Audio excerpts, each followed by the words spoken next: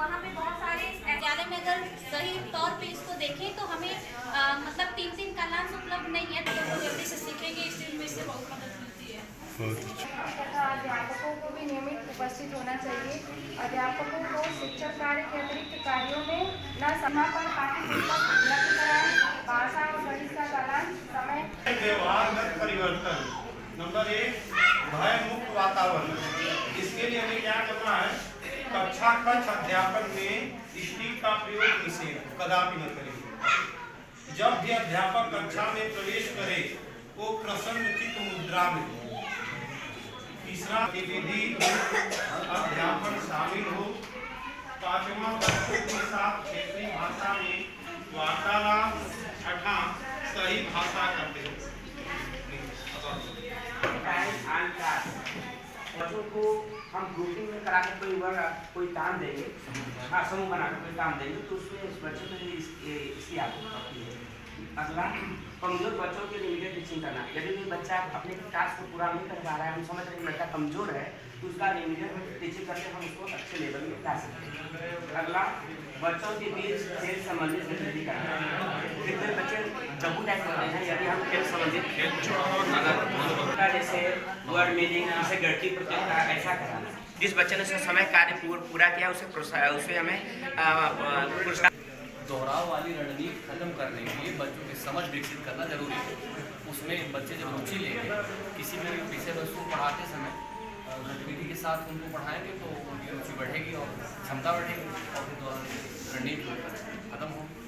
जो उनके जुड़े अनुभव चुनौतियों और उनके समाधान को करना है। मैं चुनौतियों से पहला है कि छात्रों की संख्या अधिक होने पर शिक्षक द्वारा व्यक्तिगत रूप से प्रत्येक छात्रों पर ध्यान न देना पाना। जैसे ऐसे होता है कि बच्चे हमारे क्लास में अधिक है या 2 कक्षाएं हम साथ चला लेते हैं तो हम सभी बच्चों पे ध्यान नहीं दे पाते हैं।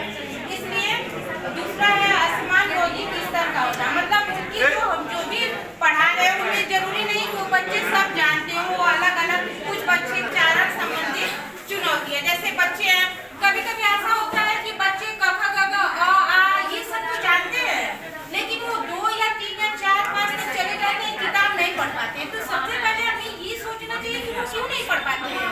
वो इसलिए नहीं पढ़ पाते हैं कि कभी कभी कुछ बच्चों को हम लोग कबूतर, घड़ा, गधा, घड़ी सिखाते हैं और अनार, आम, ईंट, छोटा और बड़ा। तो जब बच्चे को हम पढ़ाना सिखाते हैं तो वो जानता भी है। अगर हम पूछते हैं कि ये क्या लिखा है तो वो बोलता है कि सबको, चाहे क लिखा है तो कबूतर, ल लिखा है तो लड़का।